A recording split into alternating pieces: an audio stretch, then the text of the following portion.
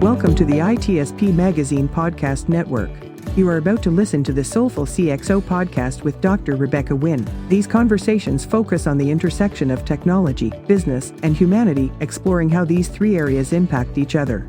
Dr. Wynn interviews guests, including business leaders, entrepreneurs, and experts in various fields, to share insights and experiences on cybersecurity, risk management, and leadership. The podcast aims to provide a fresh perspective on how technology can be leveraged to create positive change in the world. Now sit back, relax, and enjoy the show.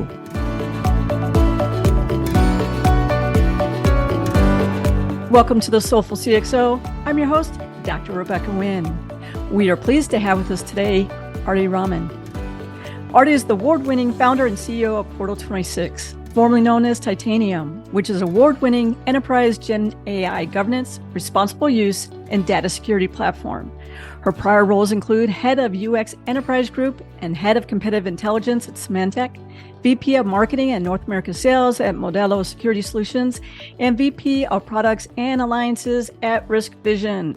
Her awards include being a finalist for 2023 Cyber Person of the Year, named the 2023 SVBJ Women of Influence, 2023 Data Power Women of the Year, 2022 Tatum Business Awards for Female CEO of the Year, Female Entrepreneur of the Year, 2022 Tech Trailblazer, and she was the youngest and first female recipient of the Rosenthal Award for Outstanding Contribution to the Field of Investment and Finance for her work with the late Dr. Laser, former U.S. Chief Economist, and Dr. Michael Spence.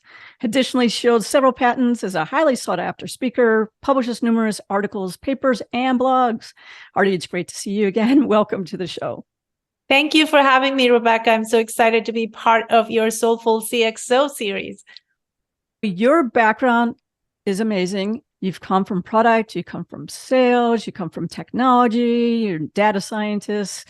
How did you get to be the person that you are today and the award-winning CEO? Thank you for asking. So I have an interesting and non-typical journey, and I'll give you the quick 2-minute summary of it. And if any portion sounds more interesting than the others, I can share gory details. So I am a PhD dropout. I'll start with that. So I'm from India, and culturally we strive our hardest to study as much as we can, as fast as we can, go as far as we can. And in that spirit, I applied to a PhD straight out of a 3-year undergraduate program. And I was very proud of myself for getting in and coming to the US to do that. And I'm a mathematics person by education. So I was going to be doing modeling and quantification of businesses. So I was trying to overlap, the theoretical with the practical in that PhD. And I did about a year and a summer in the PhD, at which point I realized that I did not want to be a teacher. So there was a lot of academia outcomes from there. And it took a lot of personal courage to drop out. And I did that. And that's, I believe, when I grew up and I decided to focus on, finding what interests me as opposed to, doing as much as I can and going as far as I can. And I ended up graduating with a business degree with an MBA, and I got into management consulting. And my idea there was, now that I feel like I'm back to the beginning, I'm trying to understand who I am after being down a path. So why don't I give myself an opportunity to explore? And what management consulting gives you is an opportunity to see lots of different industries and solve problems. And that's where I fell in love with technology. So my first project at AMS, which was the fifth, there used to be the big five back then, accounting firms, consulting firms, and AMS out of Virginia put me on a data warehousing project for the FDIC. And I did that. I was like the bottom of the, heap. I was an analyst, so that didn't even have, much of a title.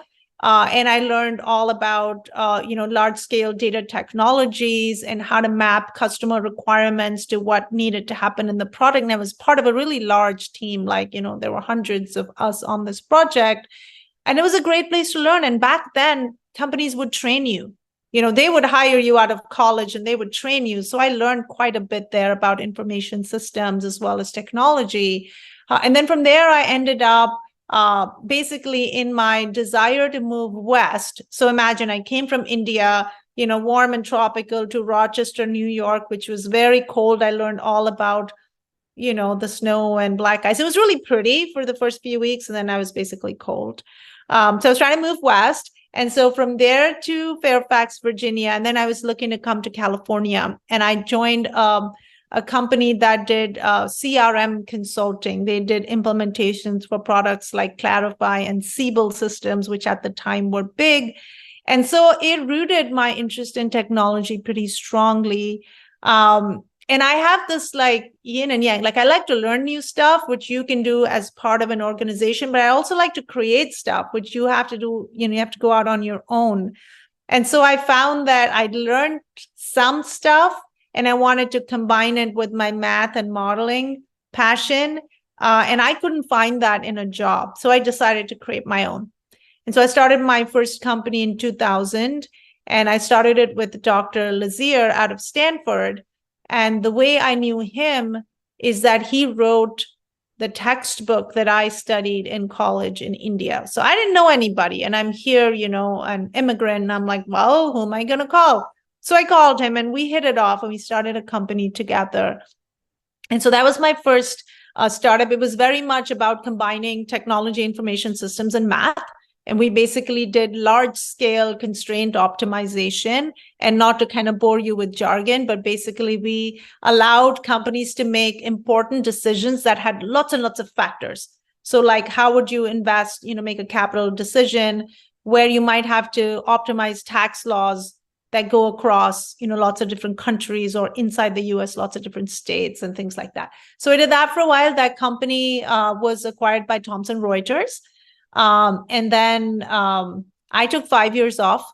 I have 2 children and I had my 2 kids at the time. And I have a lot of respect for the women that are able to work while going through that. I was not one of them. I was very challenged to actually be working and doing that.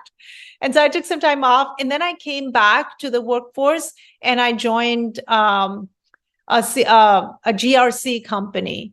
So this was Risk Vision. And so you'll see, like, so my path is kind of like learn a little bit, take some time off, learn yourself, and then come back in. So I did that for a few years, ended up at Symantec. And then this itch to start something, got back into me, and I wanted to apply the lessons I learned from the first startup. So in 2019, I started Titanium, which is again about, a set of algorithms. And this time it was about encryption and making sure you can process data while keeping it encrypted. And I've been doing that for a few years now. We changed the company's name recently, but it's been quite a journey, both of self-discovery, learning technologies, understanding how to apply things that I'm passionate about to solve problems that people care about. And I have my good days and my bad days. Today's a good day. I think people care about what we do. So I'm going to stop talking now, but that give you a sense. Yeah, it actually does. I find it interesting that throughout your story, you've had times which you had to stop what you were doing. Like you said, you had your family, you moving over from India, but each and every time you had the courage to reach out to others to help you. I would tell you, I never would thought about, here's a textbook, let me go ahead and reach out to the person for the textbook. So what is it about you that gives you the courage to do that? Is that from your family? Is it one of those things where you're like, hey, the worst thing that happens is I can say no? What is it that drives you to just go ahead and take a chance and reach out to people to be mentors and helpers of yours? That's such a wonderful question. So I went to boarding school when I was 9 years old, and I did not come back home after that. Now, that's not because my parents don't love me. They love me a lot. But my father was a pilot in the Air Force, and he flew fighter planes, and the course of training and moving, etc. I changed about 6 schools before I even got to 4th grade. And so my parents sent me away because, again, India, right, care a lot about education, and they wanted their kids to have that. So if you're on your own since age 9, then you have to learn to fend for yourself. And I think part of what my dad taught me is that, life can be really short. And if you have an idea, no one's going to solve that problem for you. And he was like, well, we're forced to send you guys out on your own. So be sure to advocate for yourself and try to reach for things you want. And so it's been one of those, if I'm not going to do it, no one's going to do it for me since I was very little.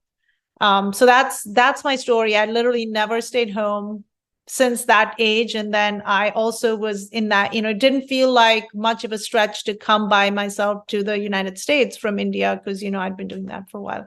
So I credit my parents and circumstance for that. But I'm very happy to be who I am. I'm very close to my parents, even though they sent me away at like age 9. We love you, but go away.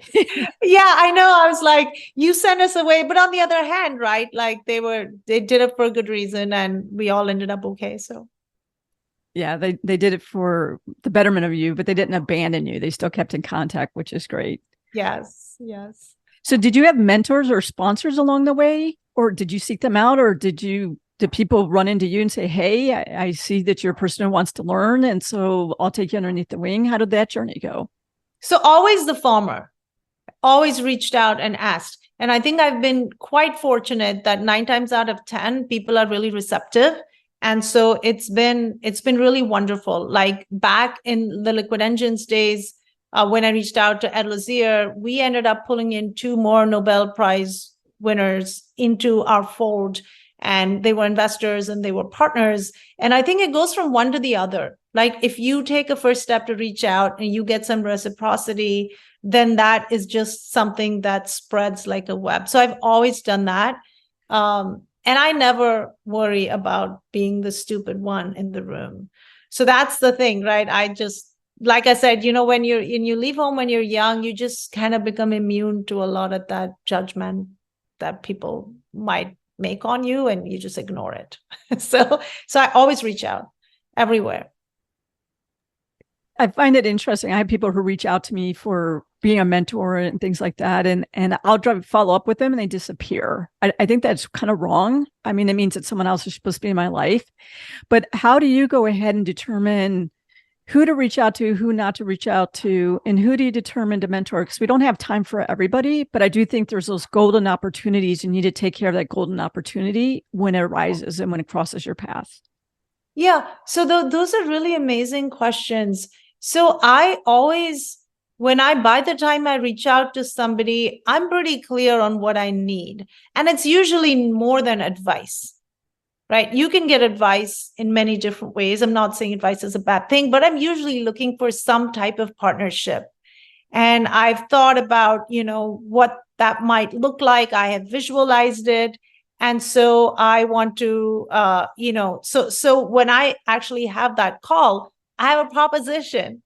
I learned about you in this way. This is your background. This is my background. I have this idea. I think we could partner and do it this way. Here's why I think it would be amazing for you.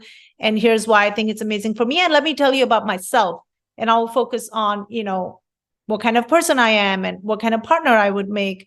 And so when I ask, and then they have the opportunity to say yes or no, because they know exactly, what is being asked. And 9 times out of 10, it's interesting enough. And I get a yes. If I don't get a yes for their time, I get some assistance, I get a push, and it works out. I think where things fall flat is if you're like, oh, this person could be amazing, let me reach out. And then nobody knows what to expect. So I feel like it's pretty concrete when I reach out. And the same is true on the other side. If someone reaches out to me and I know what I can do to help them, and that's not a big discovery for me, I'm able to reorganize my life and make that commitment. And most of the time, people just need a little push. Like, even if it's somebody that needs a job, an internship or something, if I have it, I will give it. As long as, obviously, as long as they look sincere and they're gonna, yeah. And I feel like mentorship is easy, sponsorship is hard, right? So I kind of try to transition from words to action. And did that answer your question? Yeah, it is. And there's a difference between a mentor and a sponsor, and finding golden sponsor is ideal. But when you have mentors, what's the reason? Jim is a mentor of mine, but I can call him for those quick sanity checks. Hey, I'm having a challenge with here. They want X. I don't know. I don't understand the words are coming out of their mouth. Can you help me understand? That's different. That's a mentor. They're great. Yeah. But that's not a sponsor. How did you find your first sponsor? Because that's different, right? That's almost like that best of friends. Everyone says, oh, we're friends because we have TikTok. No, you don't. Yeah. You have people who, virtually, but it's different. How do you find that sponsor? Because I need to find one. It is hit or miss. I think you have to put yourself out there. So in fact, I do more of that than anything else. Like I spend like a third of my time just reaching out to new people because, the world is changing so fast. The opportunities are being formed so quickly and everybody needs to grow. So I do a lot of that. And I don't even keep track of who doesn't get back to me, but those who do, we usually end up, with a productive relationship. So my first real sponsor was Ed. When the author of that book in Stanford, and we partnered up. We like literally were 50-50 owners in our company, and that was very real. He helped me get a visa through the company. It was like a real thing, right, for me. So I'm trying to think if I can come up with anything meaningful in terms of how I went about it, and unfortunately, I think there's no shortcut to just trial and error. I know it's not a very satisfying answer, but that's my answer. Yeah, I think one of the underlying golden nuggets there is when you're authentic and true to yourself, Maybe. and you know where it is that you want to go, then your eyes are more open to see other like-minded individuals. And so when you reached out to Ed, he probably very quickly could pick up, this is a person who's on the same path as me. They might be a little bit behind me on the path in certain ways, and maybe in certain other areas, they're ahead of me on the path, but you can line it. I think that's golden. I think that's one of the things is people will reach out to me and they're like, hey, I want mentorship. And they don't. They really want me to look at their resume and then, can you give me a job? And I'm like, I don't even know who you are because your resume is written so badly. So let me give you some help on clarifying your resume. That's different from having a mentor or a sponsor. So how did you find clarity in where you wanted to go in your life, at least for that next step? Because the other thing that you mentioned throughout our talk is that those steps have changed. And I tell people it's okay. Where you wanted to be 5 years ago might not be the person that you want to be in the next 5 years. And it's okay. You don't have to hold on to the past because the past is behind you. You want to go forward. And a lot of people get stuck there. Yeah. So I have, and this might be like a contrarian view to what most people do. So I think it's all about people and their values. So I find that if I can connect with someone on the type of human being that they are, we can do amazing things together. And for me, that's a first filter always. And so, so I will put out my genuine person and, what I stand for, how I think, what I believe, a little bit of good and bad. And it's like got nothing to do with technology or, where I'm trying to go. And if I find, and that you can find out in a few minutes if you and this other person are kind of like, human beings that can be creative, productive together. So once we make that connection, then it's not hard to share some ideas and understand. But I don't want to spend my time with people that I don't think I want to be around. So for me, that's a first filter. And that could be a mentor for me, or that could be somebody I'm mentoring.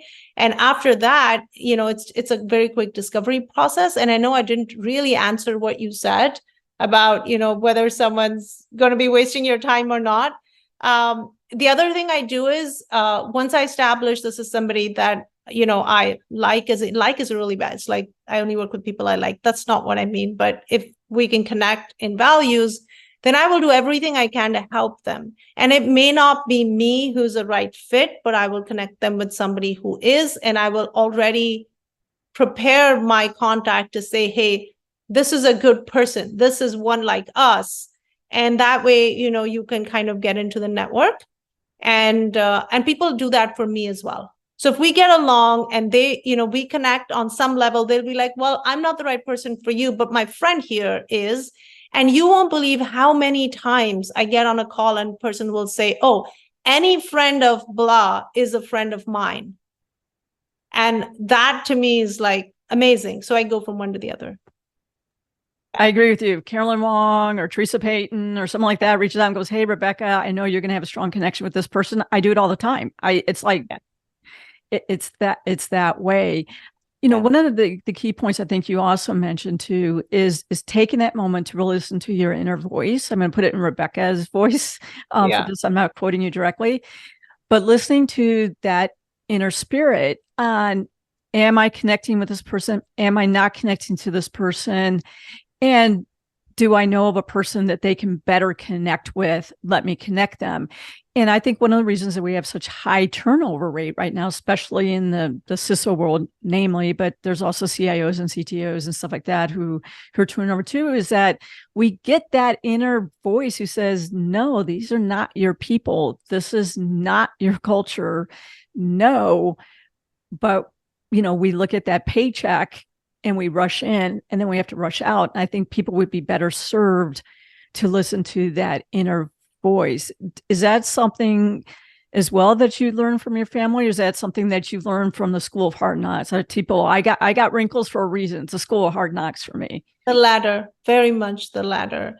And this happens in every situation: work, partnerships, business, investors. You have a goal. You're like, oh my gosh, there's all this money, being offered to me. And somewhere inside, these are not people you want to be in the same room with, really, not if things are not going well. When things are going well, everyone is your friend. When things are not going well, you kind of want, and you do it anyway, because, hey, it's meeting the goals on paper, and it never works out.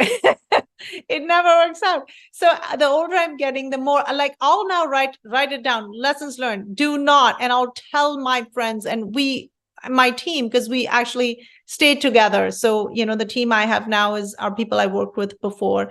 And we tell each other, next time we are not, if one of us has this kind of feeling and inkling, we are not going to say yes. But it's a constant learning process. And you just don't say no often enough. I don't say no often enough. I wish I did. And I know it's hard. Like, for example, back when I was on a visa, I was completely beholden to, the employer and the relationships I had to maintain. And it was really difficult to swallow that, but you had to. And now that I don't have that compulsion, I just have bad habits. Now I do it because I did it for so many years. So, still a lot of growth there for myself as well.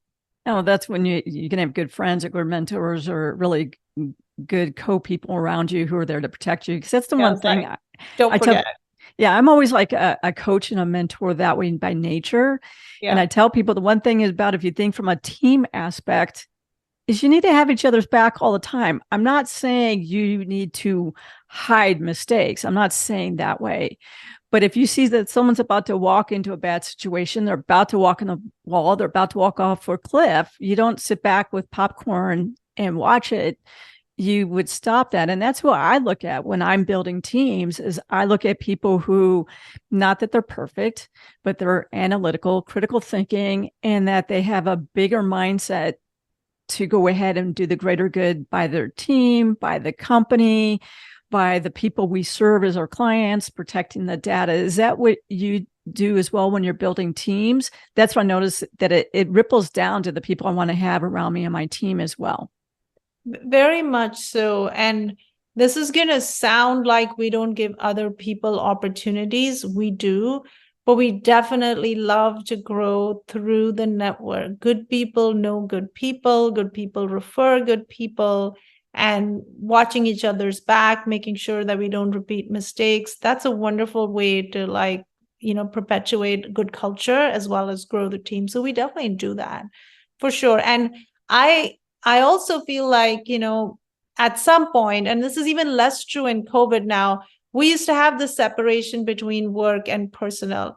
I feel like we spend so much of our time working. I think that separation actually doesn't help us. It hurts us. If we allow it to mingle a little bit and be ourselves at work, we're just happier, more fulfilled people. And now with COVID, it's even more so, right? We're literally in our homes for the last few years. And so personal and business is mixed as well. So I feel like just having the same mindset as work that you have for yourself personally in terms of what kind of space, what kind of people is really valuable. And I just said in a very long way what you said elegantly in one sentence. So there. I agree with you is what I'm saying. There we go. Yes. We have a lot of fear, uncertainty, and doubt, especially in technology. Yeah. And generative AI is taking our jobs. And it is, let's be honest, it is taking taking jobs. The one thing that I remind people is it's programmed. Okay. It's not perfect. Yeah. Where do you see generative AI going in the next 3, 4, 5 years? And do you see high risk with it in the technology field? Because I know that's one of your specialties. I actually think it will create more jobs than it will take. I think that the number of problems that can be solved and the speed at which it can be solved is going to be enormous. And so I feel like what we're being faced with is an upskilling problem. I think the net gains in productivity, in product, in services is going to be way more than loss of jobs. But what we have to do, just like every new technology shift, is we have to upskill, we have to train people. Now, the wonderful thing about AI is it can actually train people as well. And the rate at which the use of ChatGPT and some of these early ones has gone, it's like it's evidence. There's like, grandparents and kids, and like, so the ease and accessibility is actually going to help with the upskilling problem.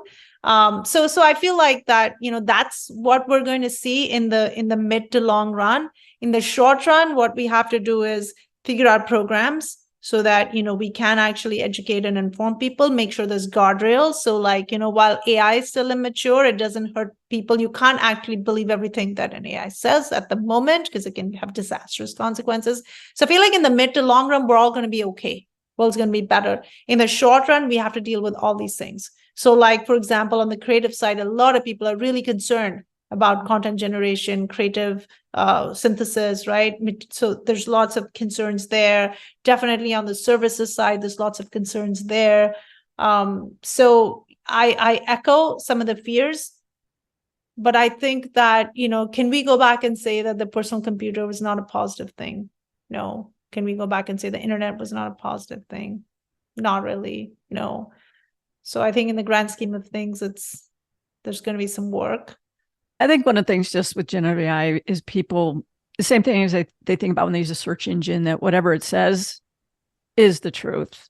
Yeah. It's even with news media and everything else, just because someone happens to put it in writing, it's a truth. And people have to remember when you're talking about any generative AI, if it's looking at a data set. Yeah. And not necessarily is the data set that was fed into it was 100% the truth. And so I'm with you. I think that there's going to be changing in positions on who is going to be the AI validation engineer, who's going to be the AI validation analyst, who's going to be things like that. So at a point in time that the information that's given, that holistically as a society, we agree on that it should be the truth, relative to the truth. And then how do you put guardrails that it doesn't start to, generate itself and generate falsehoods that then people are going ahead and believe. But like you said, we've had that with technology in the past. And we have governments and there are people who are working on think tanks on, as they say, the horses are out of the barn. How do we put guardrails? I just wish as a society we could like very quickly have guardrails. Yeah. Before we let things run so out. That I feel is completely true. I feel like it just fell upon us one fine day and it just took off like wildfire and we're all like running to catch up. And so tons of education is needed. And unfortunately, like humanity, this happens a lot, right? We all we win some, we lose some, we bumble along, and then, things fall in place and it's going to be like that. There are some use cases that are scary. So people looking at AI for information, that's scary.